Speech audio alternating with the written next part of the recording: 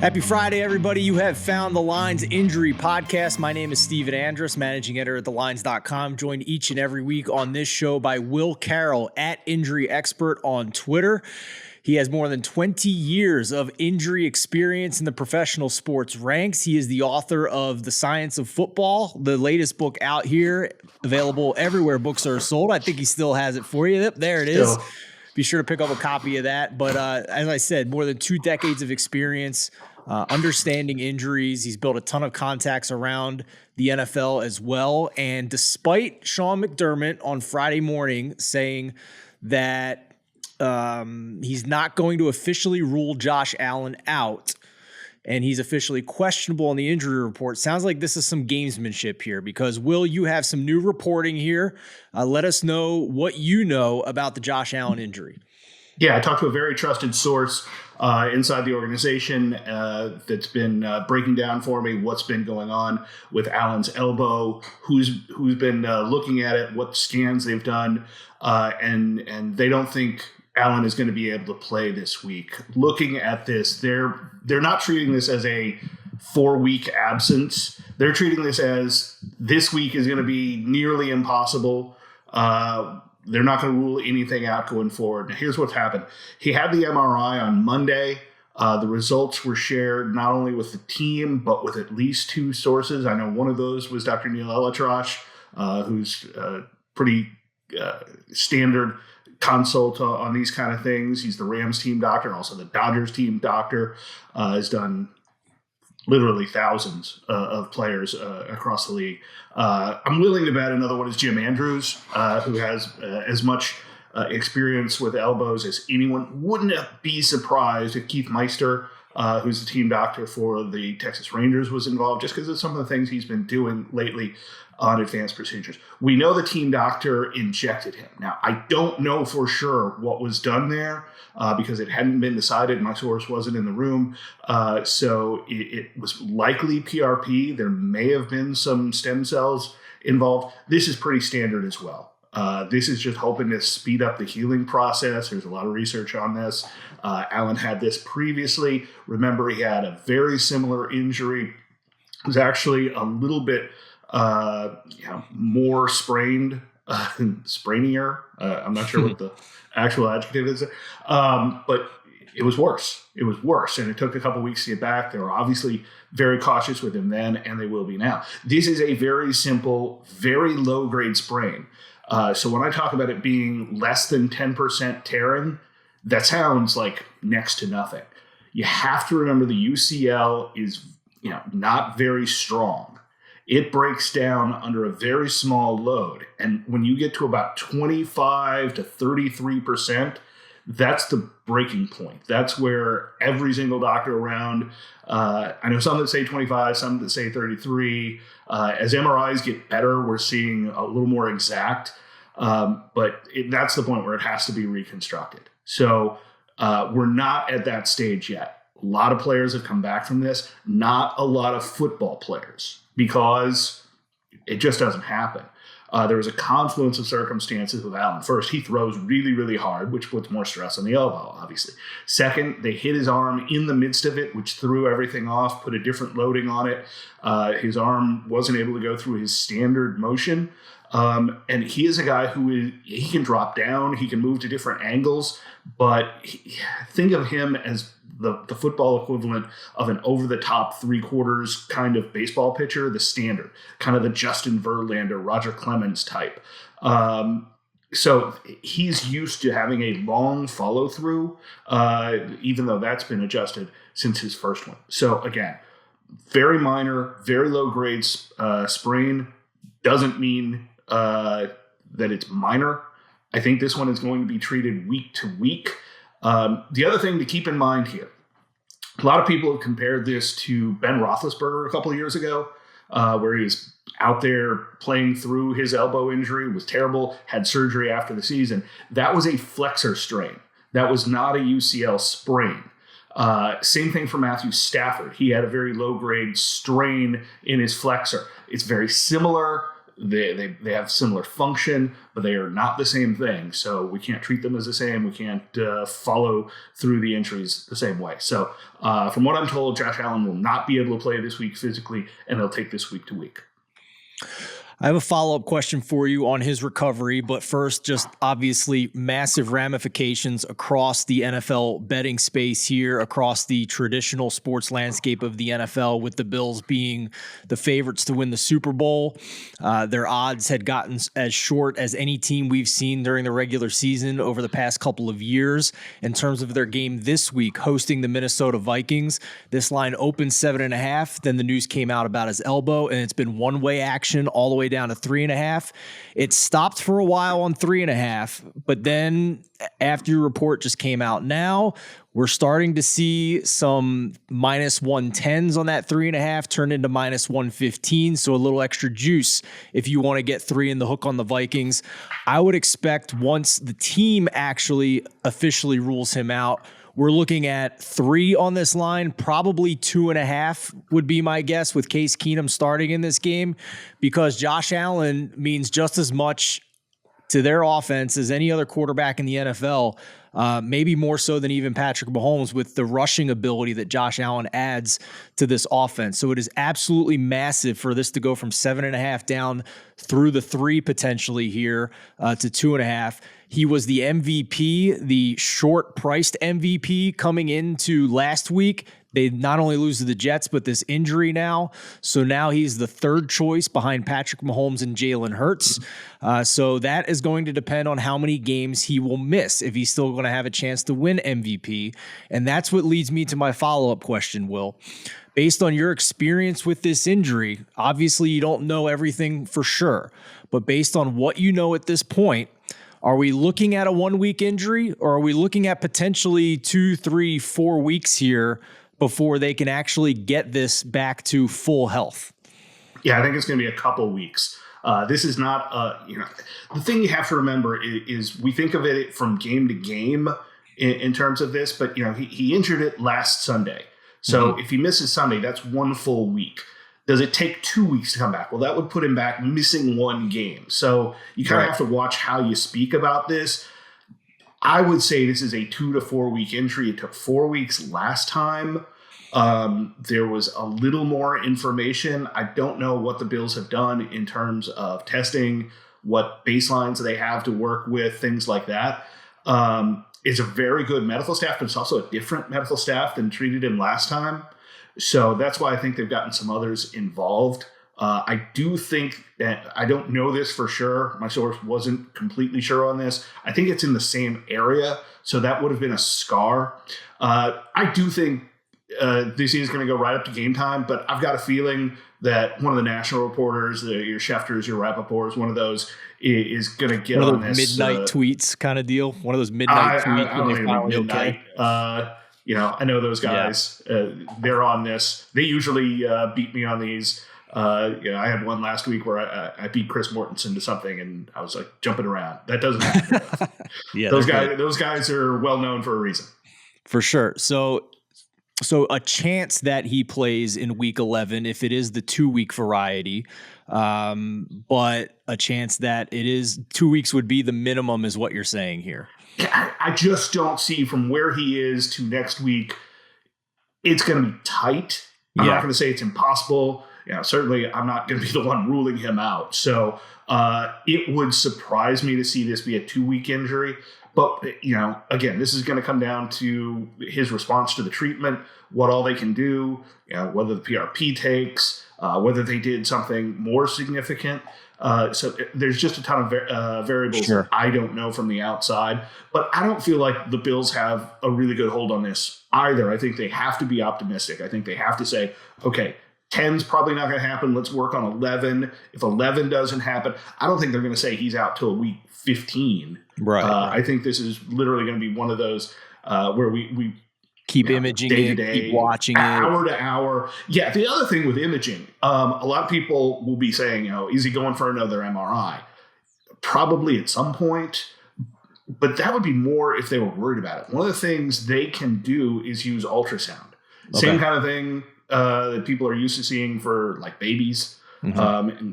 Yeah, but they've got some pretty astounding technologies. First off, they've become cheaper and cheaper, but they've become vastly more accurate, and you can see a much clearer picture now. So those kind of things really move forward. I actually had one done. I had an echocardiogram on my heart, and they also did an ultrasound involved there where you could actually see a lot of detail, and it was a firsthand experience with those technologies that they're using on things like Josh Allen's elbow. For what it's worth, the Bills are 6 or 6.5 point favorites on the look ahead line for week 11 hosting Cleveland. I can tell you if Josh Allen doesn't play the next game as well, no way this line is 6 or 6.5. That's closer to a Josh Allen line than a Case Keenum line. Yep. The last thing I'll just ask you here is,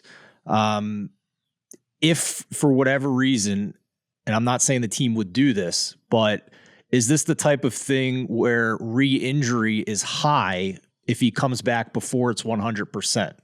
Yes. Yeah. But again, the risk isn't that, a normal throw does this.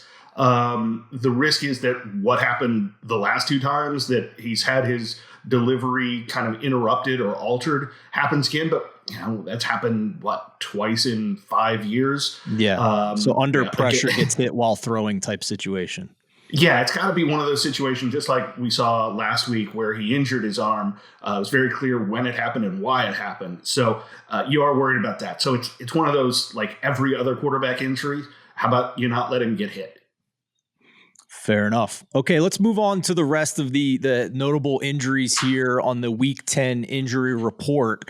And some optimism for the Tennessee Titans with their quarterback, Ryan Tannehill. We've seen this number move from 2.5 to a cheap 3 in a few spots here. He practiced fully on Thursday. There was initially some concern that he wouldn't play till he had full mobility. I think he told one of the beat reporters that with his ankle injury, but this is still kind of a weird situation in your opinion, it seems. Yeah, it hasn't gone exactly like people thought it would. But he has made a lot of progress this week. There's been video of him running around. People I've talked with have said he's close to 100% or at least on track. If you know where he is on Thursday or Friday compared to where he was on Monday or Sunday, you can get a good idea where he's going to be this Sunday. 100%, probably not. Close to 100%, probably. And let's face it, all you have to do half the time there is turn around and hand the ball to Derrick Henry. If he can credibly move around in the pocket, I think he's a better option than Malik Willis. I was actually surprised at how little the team seemed to trust Willis last week, that they didn't change their offense at all to let his mobility go. I mean, Tannehill is not statue, but Willis that was his strength. That was why people liked him coming out of the combine. So I was a little surprised at that, but I think Tannehill's the better option for them now. I think he will play. I think the progress he's made has come through. I am worried about recurrence. It's an ankle sprain. There's been a ton of controversy about this. People saying it's a high ankle sprain. It's an ankle. No, you could actually see in the way they taped it that last week. And then again this week, you could see in the way they taped it, it was an ankle sprain, a simple anatomical ankle sprain. The kind of people call it a basketball sprain now. Not a high ankle sprain. I can categorically say that. You would not tape it that certain way were it not an actual anatomical ankle sprain. So that's where Tannehill is. I think he's going to play, and I think that does help the Titans, who even without him, were pretty darn good against the Chiefs. We have some breaking news as we record here on Friday afternoon, and I want to ask you about it on the fly here because it's in your neck of the woods. Colts primetime star defender Shaq Leonard has been put on injured reserve with his back injury. Their interim head coach, Jeff Saturday, told reporters today on Friday that he suffered the setback to his back in practice. This to me sounds like a team that's going to find every which way to not play their best players and get in position for a quarterback anymore. I mean, but obviously this has been a tough go around all year for Shaq Leonard. It has, and that's the worry. First off, hearing interim coach Jeff Saturday is still strange. It's just weird. But you know what? Ted Lasso rules. Ted Lasso rules: curiosity before judgment. So we'll give him a shot. I'm not betting on him, but we'll see. Yeah, on Saturday, and then we'll get to Shaq. On Saturday, here's my thing. He is a beloved figure here in Indianapolis. I've lived here 20 years, and the only jersey I have of the Colts is a Jeff Saturday jersey I bought at an auction. So that tells you something. Why would you put a beloved figure who has no coaching experience in a position where the best thing he could do would be to go 0-9? I just don't get that. I mean, because that's exactly what would help the Colts for the long-term future. But does it help Saturday? But it doesn't help Saturday, I guess. But what has he got to lose? He's got nothing to lose. But the fact that he's willing to do this, and at the press conference, they both honestly seem to think this was potentially a long-term thing, which has its own issues to begin with.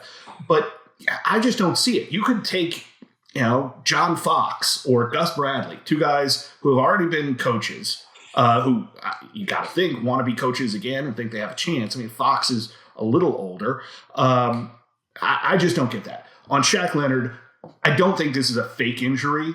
And a lot of people are already saying that. You hinted at it. I don't think you're casting aspersions on him. Right. I'm just saying there's no reason to be aggressive with it at this point. No, absolutely not. However, on Shaq Leonard, this is a major setback. Remember, he had the ankle surgery. Then they realized it was a nerve issue coming from his back. He had the back surgery. That's a tough one.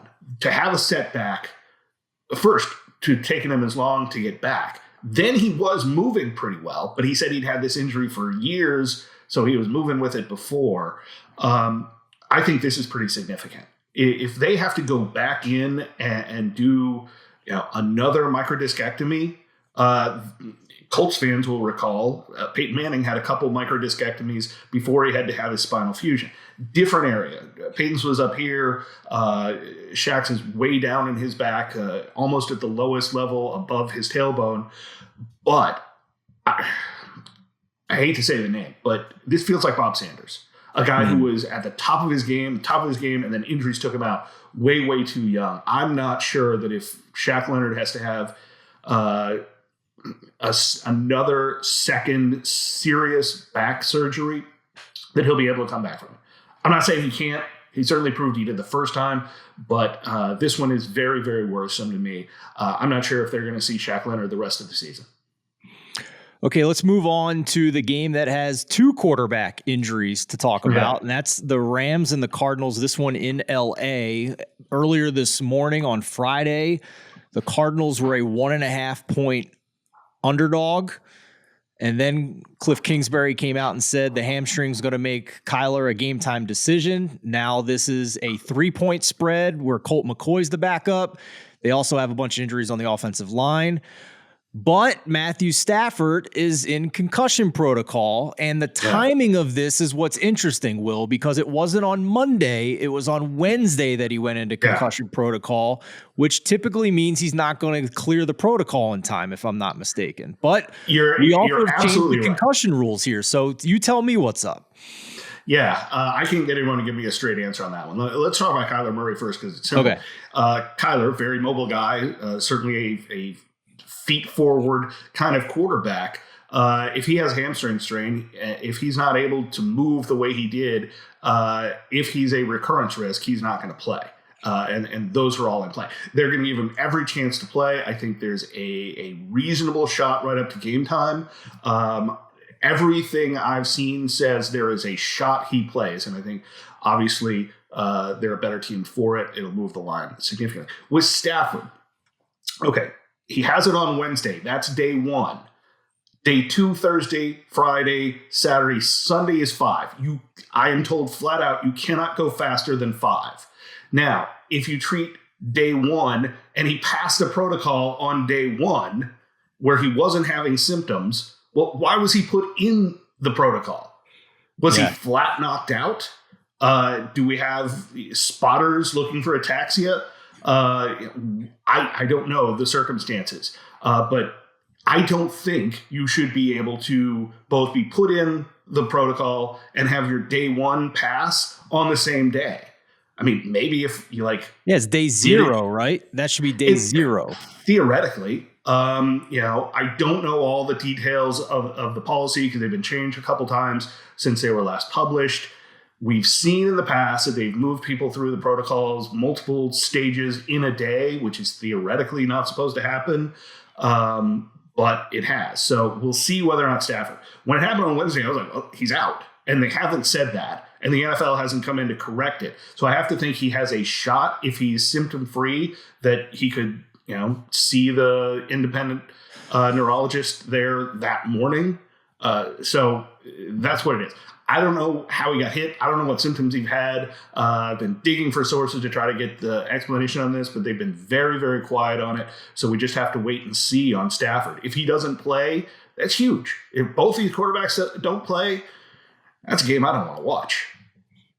Yeah, absolutely. That, first of all, that is not the game that we all pictured coming in. But I'll just mention that, granted, in a small sample, but among quarterbacks last season, Colt McCoy for the Arizona Cardinals was top 10 in EPA and CPOE composite. So he wasn't the worst of the worst. That's for darn sure. There are a lot of backup quarterbacks that performed a heck of a lot worse than he did last year. So don't think that the Cardinals are just dead in the water if McCoy's playing and Stafford is out. The other side of this, too, is that Stafford's really good against the blitz, and the Cardinals blitz a ton, so he can handle that. But if he's not playing, all that blitzing against a backup quarterback in Wolford's a very different situation. So this game's littered with injuries. It's a mess.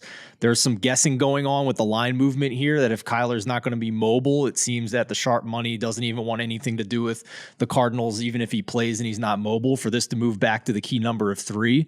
But obviously just a lot of things are clouding this game from an injury perspective. Exactly. And let me make it a little cloudier. Remember, Colt McCoy is coming back from injured reserve. It was a couple weeks ago when he came back from a preseason calf strain. That was very significant.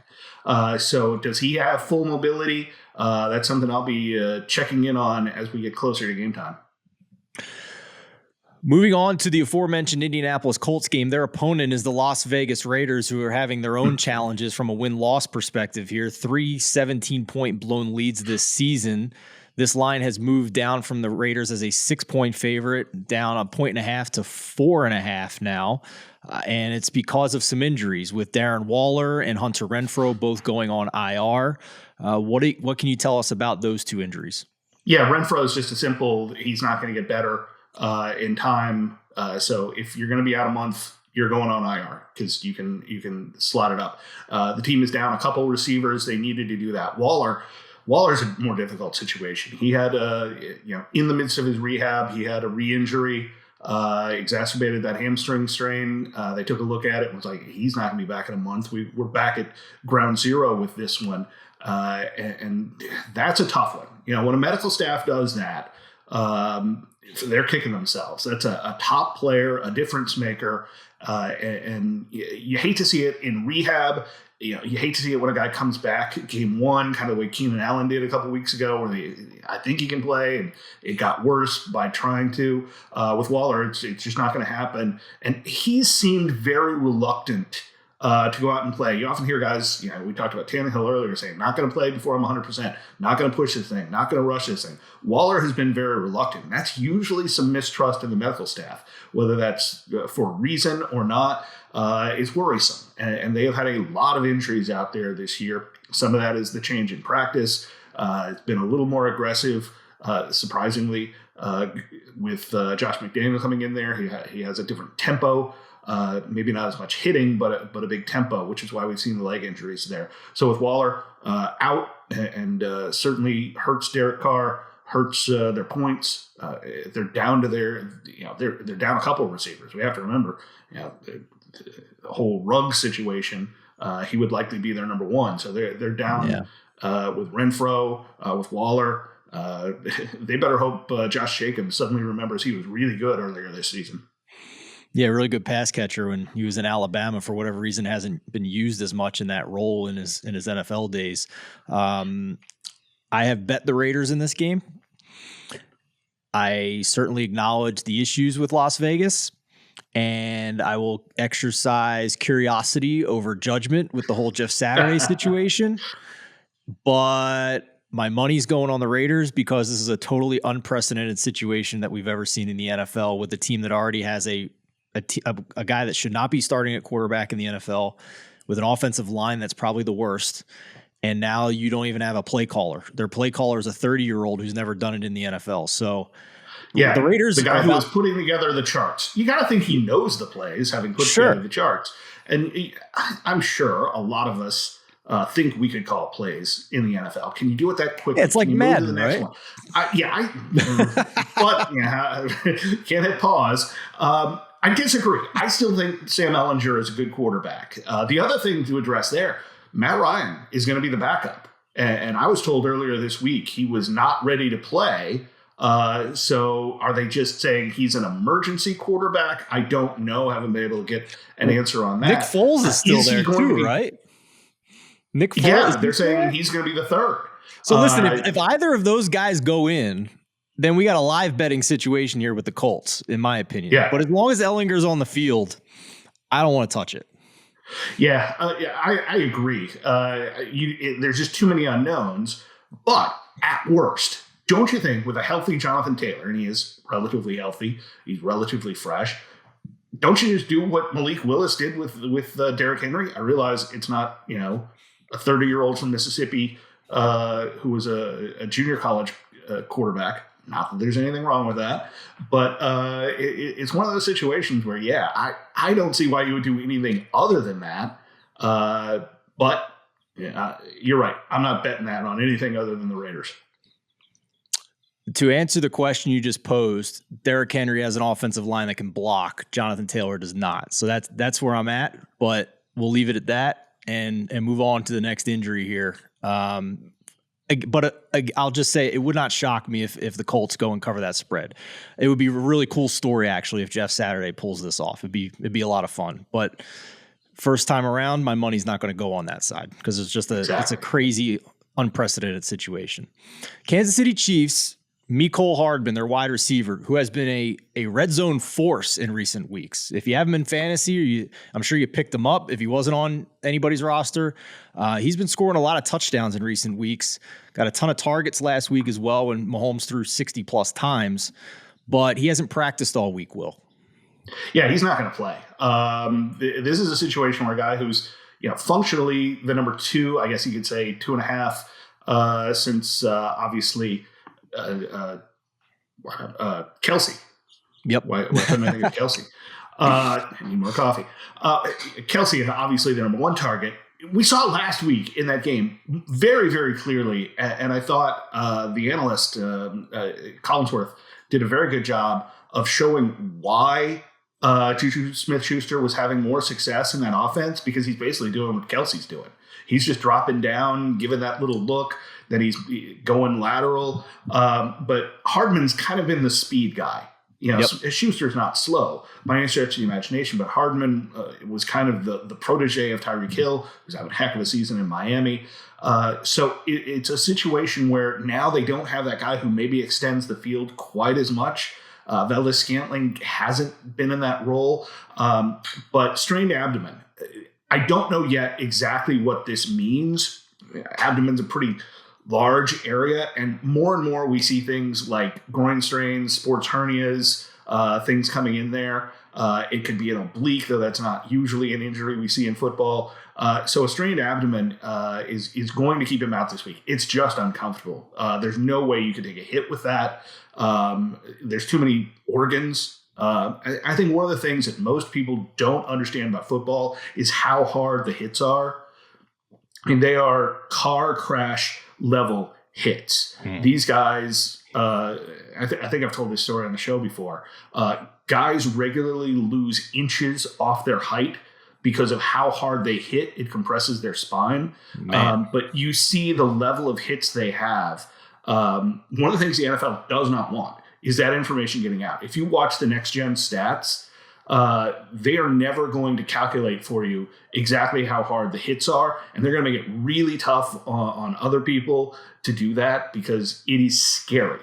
It's hard for some people to watch because of concussions. I think now that we have more information, people are making informed choices whether to play or not. I think it's okay. I think the helmets have gotten a lot better. But with an abdominal injury, if you don't have a stable core, and even with the best flak jacket, some Shaq Leonard type guy comes crushing you across the middle, there's a chance of organ damage. And you can't mess around with that. No medical staff, let alone the Chiefs, probably the best medical staff in football, or at least very near the top. You just can't do it. So he's not going to play this week.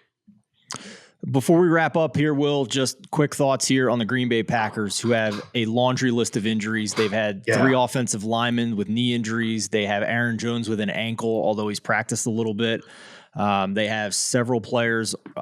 Rashawn Gary's on IR. He's done for the year, their most important pass rusher. But they also have 3 other starters who are questionable. The backups to 2 of those defensive starters are also questionable.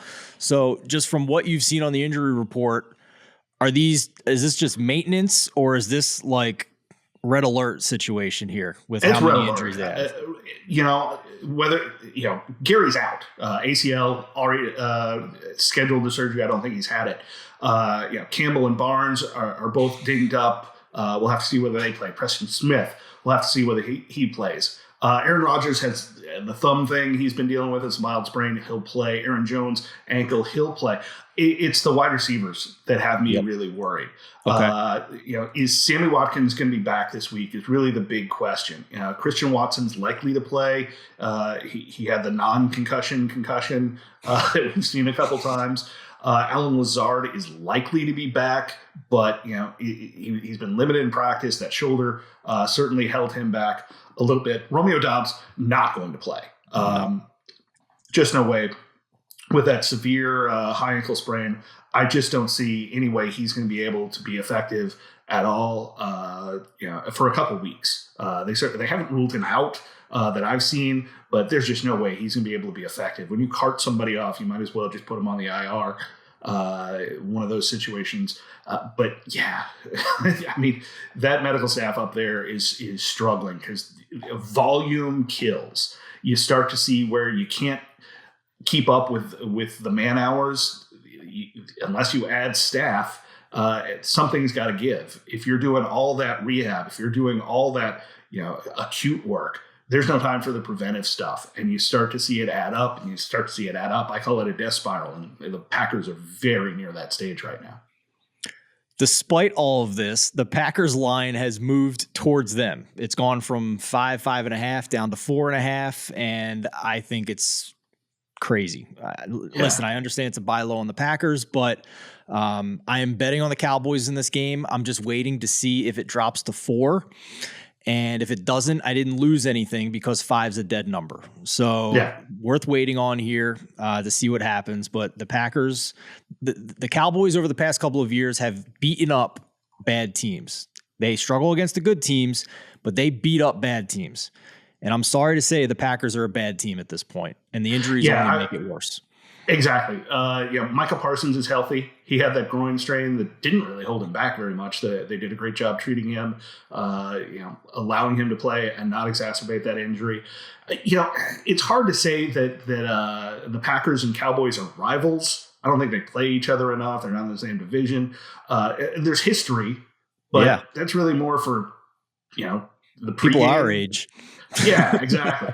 But it's not that big a deal. That said, I think when they get the chance, people think the Packers are better than they are, and the Cowboys like to run the score up on those. So, this is one of those where I think it could get out of control. I've taken a hard look at the over on this one, mostly because I think the Cowboys are going to run it up rather than I think it's going to be a shootout.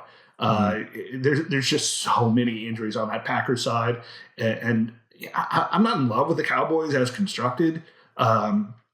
They are a team where I think that Odell Beckham could really help. And while I mentioned Beckham, let me just toss this in really quick. Sure. A lot of teams think, or a lot of fans think, the medical clearance for Odell Beckham means he could just drop in and play.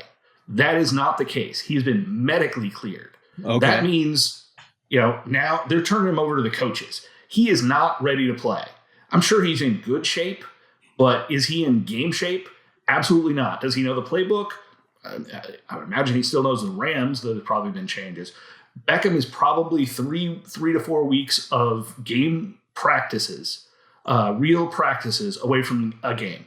So the idea that he's going to just drop it out of the sky and help a team, I do think he would help the Cowboys. But this is a guy you're going to see. Maybe not till like week 14 is what you're saying. Then if he was the Thanksgiving game.